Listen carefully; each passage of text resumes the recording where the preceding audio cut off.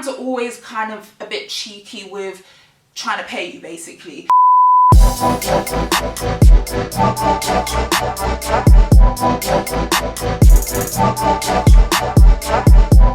Hi everyone, it's Zara, so welcome back to another video. So today's one's going to be a little bit different because I feel like if 2020 taught us anything, it's to get your business in check. You know, make sure you always have a backup plan. Try to have as much income streams as possible. So today I'm going to be talking about how you can make the most money, how you can work with brands, how you can get paid sponsorships as a small YouTuber. So I know the term small YouTuber is very relative. Some people think 100,000 is small, some people think 5,000 is small. I'm talking about my micro influencers, people with probably around less than 20,000 subscribers. You still can make money, you still can work with big brands, you still can get paid sponsorships, and that's basically what we're going to be talking about today, how to do that as a small YouTuber. So if you guys are interested to see all of the tips that I've got for you, definitely keep on watching. Please don't forget to like, comment and subscribe if you enjoyed this video, and let's do this. Of course, the easiest way to make money on YouTube is from YouTube ads. The thing with advertising, and the thing that I didn't know when I started out, was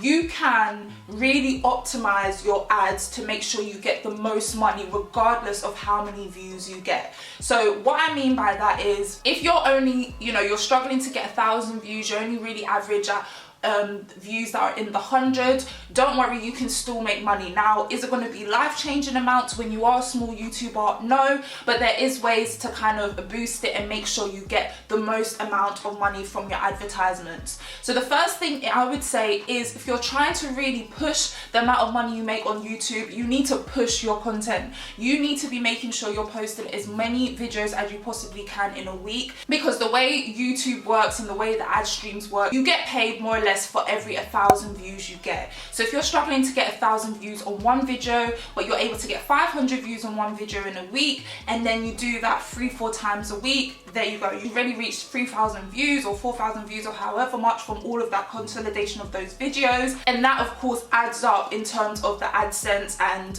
how YouTube pays you. Don't compromise your content. If you feel like, you don't like this video, or you feel like you don't have enough to post within a week, then of course don't just push out content in the hopes of making more money. But there is a big link and a correlation. When I'm posting more frequently, twice a week, 3 times a week, I see that my AdSense is a lot better. It is patience as well. Views are generally more slow. As you keep doing it, as you find your niche, as you find your little lane, you will begin to make more views, and of course the more views you make, the more money you make as well.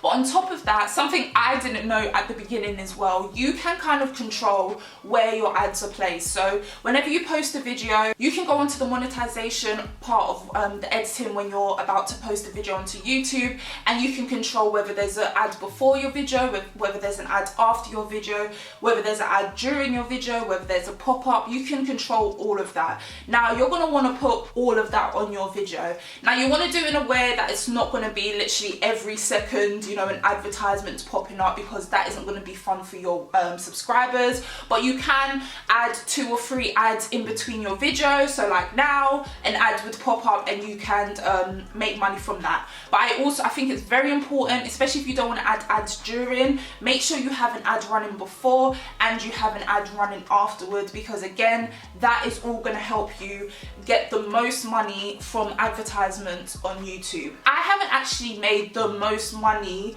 from YouTube on YouTube, if that makes sense. YouTube is a great platform to really branch your capability. Like, even if you're not making loads of money from your YouTube, you can still make money outside of that. So what I mean by that, there's so many different avenues for someone like me who does hauls, that kind of recommends products, to still make money every single time they sit down and they post a YouTube video. So the biggest way to make money, and something I highly advise, no matter how big or small you are, do not think I only have 1,000 subscribers so I don't need to do it yet. Every single person needs to do this, and that is affiliate linking. affiliate linking is a game changer and something that has really helped me make extra money on the side. So as you guys know, I do a lot of clothing hauls. I'm partnered with a company called Awin. It's super easy to sign up. It's free. You don't need a minimum subscriber amount. You just apply, they approve you, and then you can start using their affiliate links.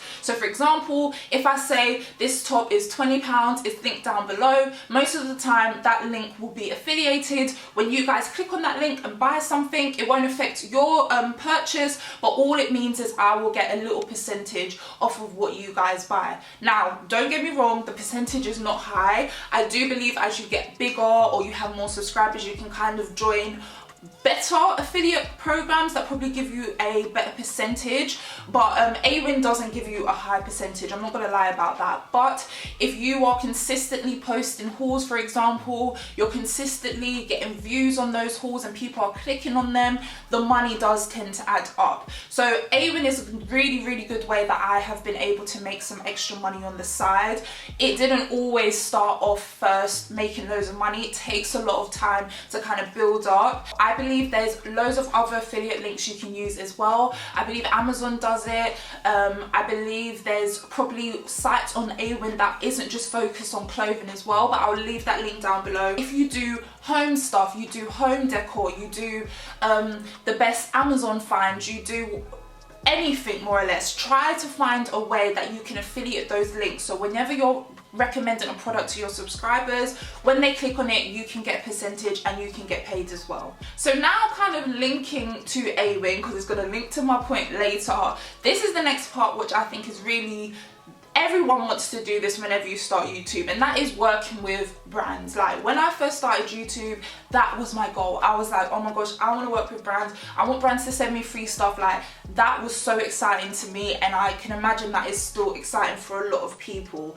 Now, I've learned over time that as a small YouTuber, working with brands is an amazing thing, it's an exciting thing, but there's a way to kind of do it to make sure you're getting the best out of it for yourself. And I mean that to say, most people, when you do have a smaller channel, will automatically want to work with you for free.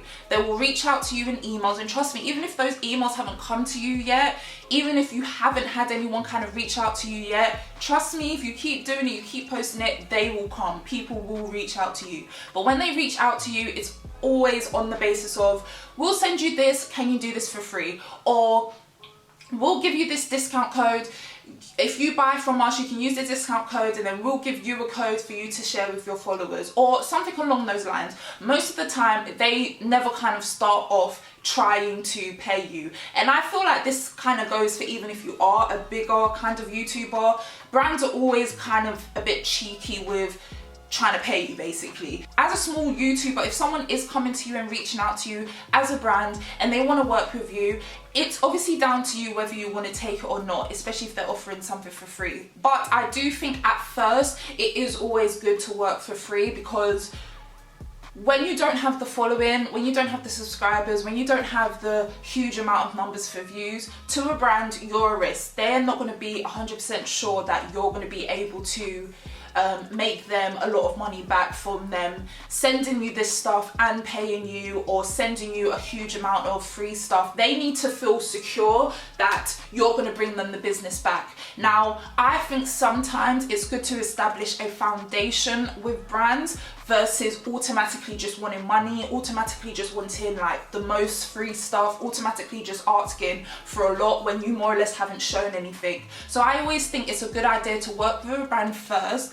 Try your hardest if you can to have something that can kind of track what you do for them. When someone reaches out and says, hi, we want to work for you for free, your response could be, yeah, that's great, I'm happy to take the products for free, I will promote the stuff. Would I be able to have like affiliate link, or could I get a discount code? So in that way, when it's been a month or 2 months after you've done your promotion for them, you can run back and email back and be like, okay, how did the ad do? Has it done well? If it has done well, then of course you're in a much better bargaining position to be able to be like, okay, well this time I want £100 worth of free stuff, or I want £50 free stuff, and I want £50 for me to make this post as well. It just puts you in a better position once you've kind of established something with a brand. So recently, a good example of that is I've worked with a specific brand before the first time they reached out to me, they said you can pick 3 items, and that was it for free. I worked with them, I was happy to take the items, I liked the brand, I liked the way it looked, stuff like that. So I decided to work with them for free. A couple of months later, I never heard anything back, and then I recently got a message from them. They asked to work with me again, and now I was like, okay, now you're coming back to me for the second time. Oh no, there's no way I'm doing this for free. I basically then negotiated and said, you know what, okay, I'm happy to work with you, but now this is the fee that I charge. I still want the free stuff, but I also want this fee as well. They may come back and say, okay, we don't have the budget for that fee, could we work with this? And then you can kind of negotiate. Always negotiate. If someone comes to you and they say, we want you to do a full 2-hour video promoting our stuff, and you're like, that doesn't work for me, that doesn't work for my channel, you can negotiate. Don't let the excitement of getting like free stuff or working with a brand kind of overshadow like your worth, because at the end of the day, they're reaching out to you. There's something about you that they like, so don't feel shy or feel like you can't say, no, I want to do this instead, no, I want this much, no, I want these items, etc, etc. Also, sticking on top of that, as a small YouTuber, you're going to get a lot of people reaching out to you trying to sell you stuff, but you do have to kind of be aware of scams. You have to be aware of, like, you know, not so good businesses trying to reach out to you to get you to promote them. So I've had a lot of people reaching out on the basis of, we'll give you a 50% off code, and you buy, promote it, and then we'll give you a discount code. To me, of course, it's up to you whether you want to go with that deal or not, but to me already, I would stay away from that. If someone's trying to offer me a code to buy something, I'm staying away from that. People have made successful businesses off of the back of just doing that. So I feel like if anyone wants you to promote something, the minimum they should be giving you is the product that you're going to be promoting for free. That's it, point blank, period. Like, you shouldn't be paying for anything and then promoting it. You shouldn't be, even if you feel like you're getting an amazing discount, you shouldn't do that unless, of course, it's like a big brand or a specific brand, or maybe a brand you love, a brand you use all the time, a brand that you actually care about. So another thing about working with a brand is reach out. Like, don't be shy. Reach out to as many brands as you want. When I first started, I did that a lot.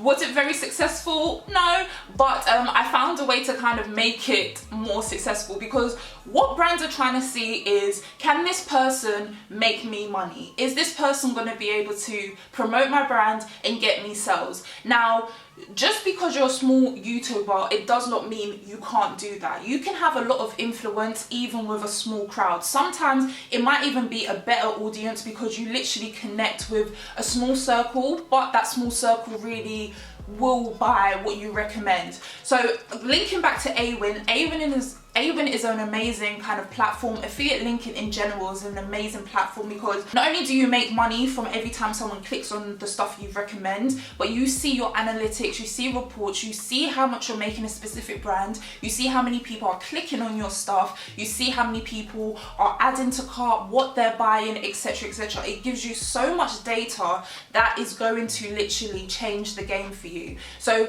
off of the back of Awin, I've been able to work with big brands that I use all the time, brands that I shop on and have been shopping on since I was a teenager. I've been able to work with them off of the strength of what I've been able to produce in Awin. So once you've been on Awin for a while, you're starting to see that, okay, this brand, I've made them £600 last month, I made them £1,000 in 2 months, I made them £300 in the last week. Once you're starting to see, you know, people are clicking, you're generating income for a specific brand, this is the time where you reach out to these brands. Do not be shy. They're not going to come to you, because the truth of the matter is they have huge influencers who are probably making them hundreds of thousands a year.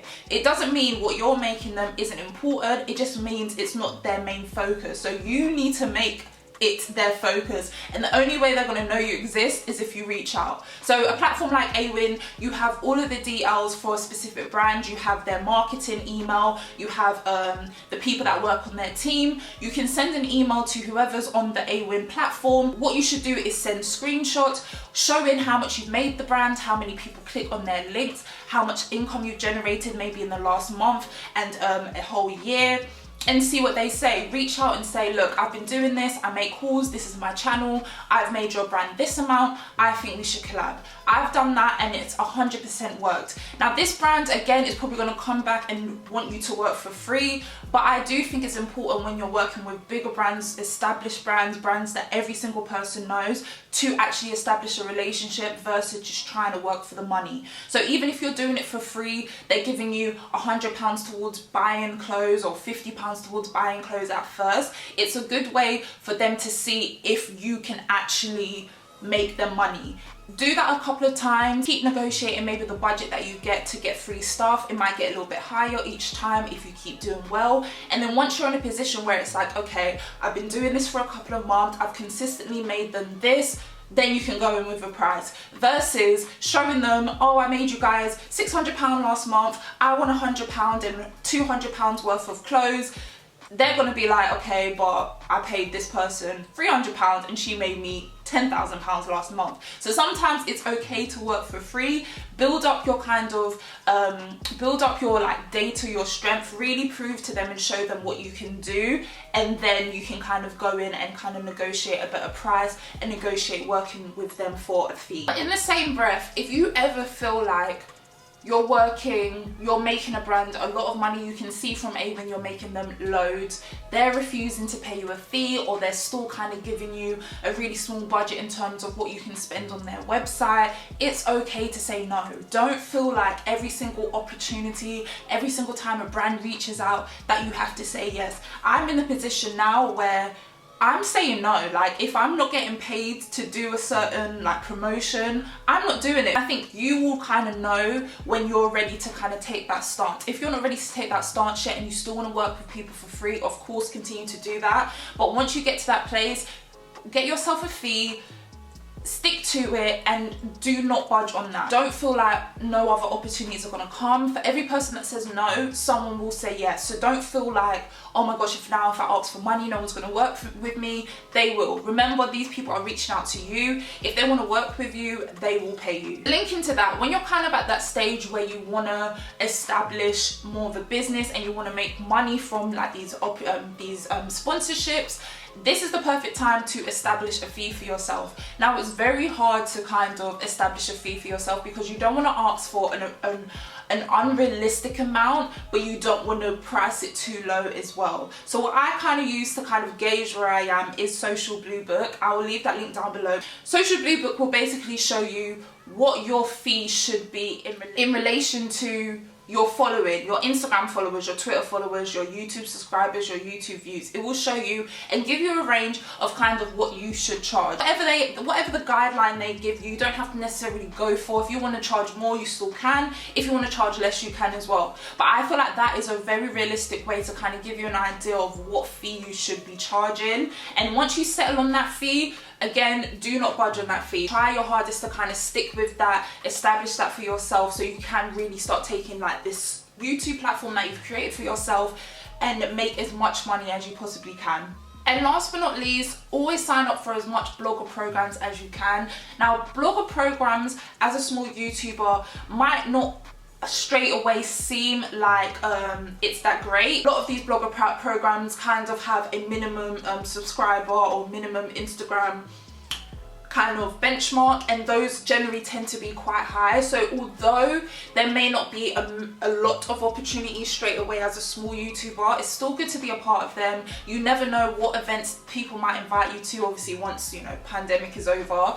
You never know what brands are looking to work with who. You never know what opportunities could come from there. It's just a good way to kind of see what's going on, see what opportunities are out there. You never know, you could get free stuff, work with a brand, or you can get paid opportunities as well. So I'll leave all the blogger programs linked down below as well if you guys are interested and you want to sign up. But okay guys, so that is it for today's video. I know this one was a little bit different and isn't something that I normally do, but I know the struggle is real as you're trying to, you know, build yourself up here on this YouTube space. So I just thought it would be really nice to kind of share these tips, and I really do hope they were helpful. Feel free to let me know down below whatever you guys think. If you have any other tips, any other suggestions, any other advice, feel free to put them down below, because you will be helping someone, you'll be helping me, and you'll be helping loads of other people as well. I want to thank you guys so much for watching today's video. If you have enjoyed, please don't forget to like and subscribe. But yeah, that is it. Thank you so much for watching, and I'll catch you in the next one. Bye guys. Mwah.